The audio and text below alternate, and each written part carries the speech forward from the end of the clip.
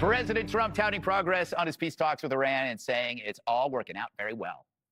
I think Iran, I can say on a sort of a different scale, is in its own way working out very well. Maybe it's hard to say just as well, but maybe almost just as well. And we're doing very well in terms of negotiating a fair and reasonable deal. But no, if Iran doesn't live up to their agreement, or if they're not behaving, I will do what I have to do. But as long as they respect us, we're not going to have any trouble. Trump's optimism comes as JD wraps up a second day of negotiations in Switzerland. He claims that Iran will let nuke inspectors back in and the terror regime could buy American crops with billions of unfrozen assets. But all that's lost on the Dems, who are now the party of forever wars. That's like giving somebody credit for literally an arsonist starting a fire and getting credit for running out of the burning building.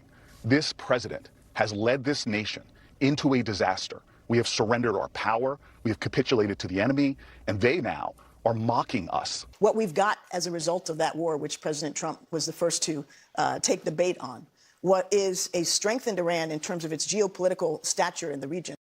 So, Charlie, this is interesting because there's a lot of, we see a lot of criticism, and you have the neocons who want a regime change, ground troops, forever wars, but people say you shouldn't have done this, and now you haven't done enough, and then you have the media trying to figure out who they should be backing in the criticism, but they don't care as long as it's criticism. Yeah, as long as it's criticism against Donald Trump. Whereas in Trump's party is the only and you have Susan Rice talking about how Iran is somehow strengthened now and accuses Trump of having been the first person to take the bait, which to me, I think is her way. She's constantly trying to rewrite history, constantly trying to revise the very, very bad deal that Obama gave us. And so then you have the New York Times piling on, trying to claim that the situation now that we're in at the beginning of the 60-day period of negotiation is no different from where we were at the beginning of the war, which is total BS. You mean it's not changed at all in that their nuclear program has been demolished, their missile program has been decimated,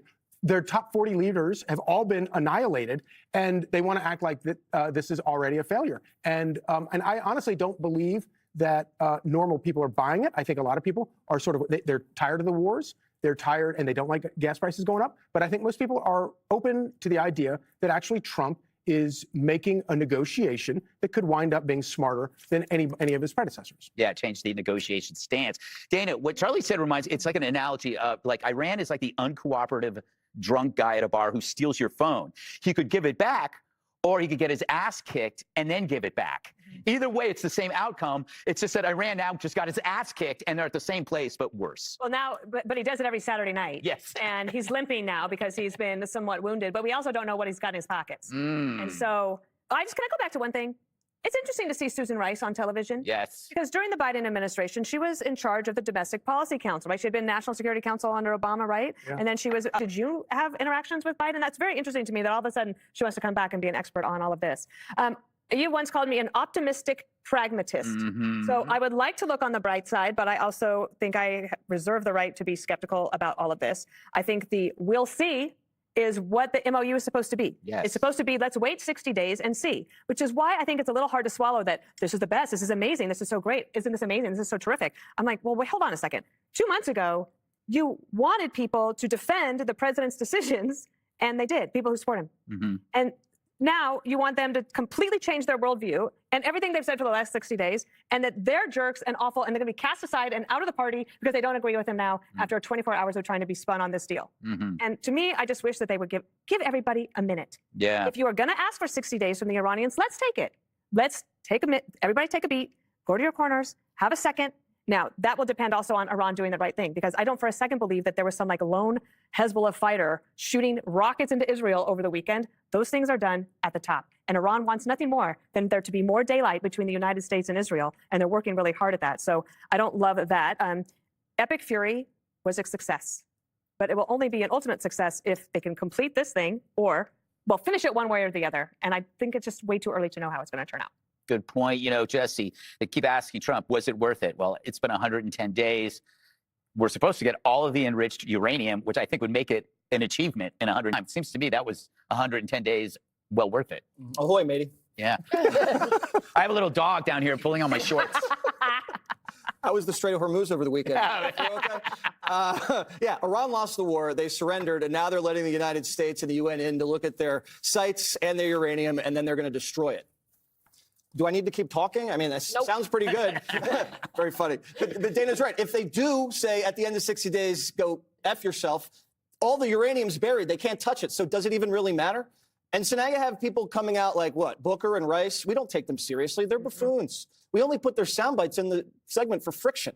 The nuke program is destroyed. The military, 85% destroyed, and the Strait's open.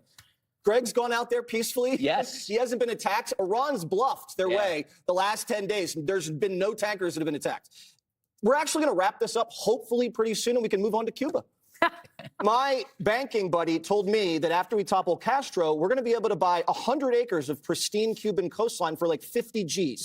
Is that insider trading or Not just your insider friend? trading. That's just word on the street. How does this contribute to this segment? What I'm saying is Donald Trump is crushing it on the world stage. We now have Latin America and the Middle East under our thumb. We are now OPEC, and the Chinese economy is struggling, and Putin's losing this war in Ukraine. J.D. Vance and Marco Rubio are looking really good.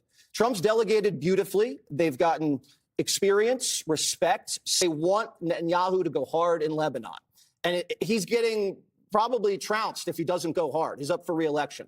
And the Iranians know that. So anytime they want to try to rupture our alliance with Israel, they push a button, a rocket comes out of Beirut, and then we have to deal with the Iranians and Israel. And we know that's not very fun to babysit. But that's what's the good part about being a world superpower is you got the world's currency reserve, and you got $1.5 trillion Pentagon budget. So it's in their court. It's like Mary Poppins' bag. Exactly. The banks can open or close, and the bombs can get dropped or sold. Yeah, and you know, Jessica, whenever we think about North Korea, we always go like, wouldn't it be great if we got to them before they were able to get a nuclear weapon? This was the opportunity to do that with Iran. So what's the problem? Finally, somebody, instead of just like mowing the lawn, flattened the garden. Sure. I don't know glad about you flattening the garden or what kind of coat rack Jesse just pulled out of his bag. But you're not also supposed to say Jews instead of Israel. They're separate things. The Just so you Israeli get- Jews.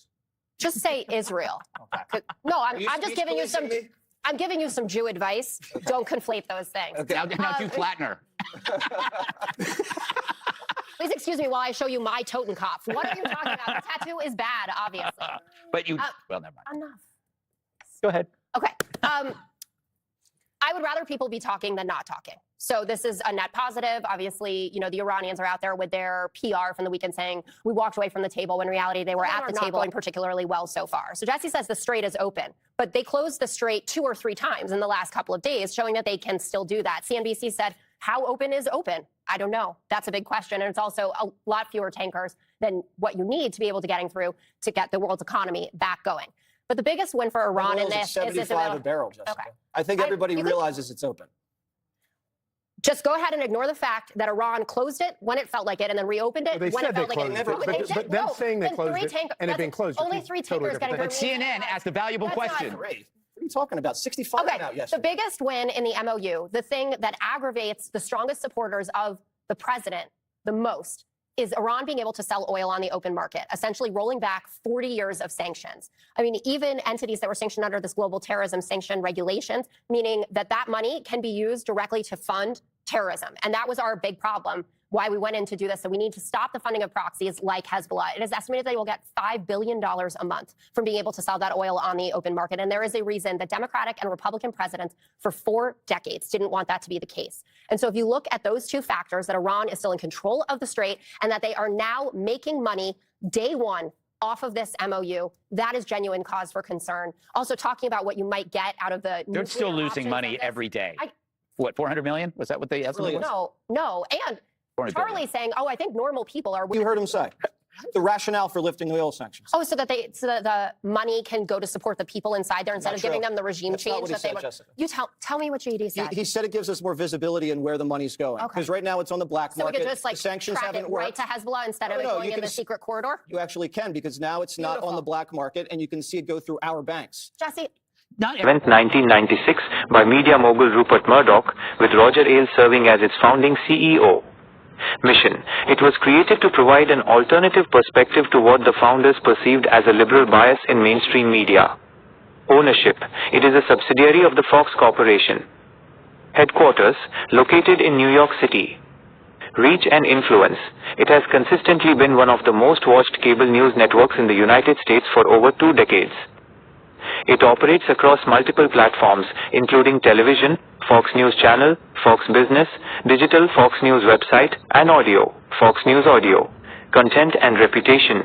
Programming. The network offers a mix of hard news reporting and opinion-based talk shows.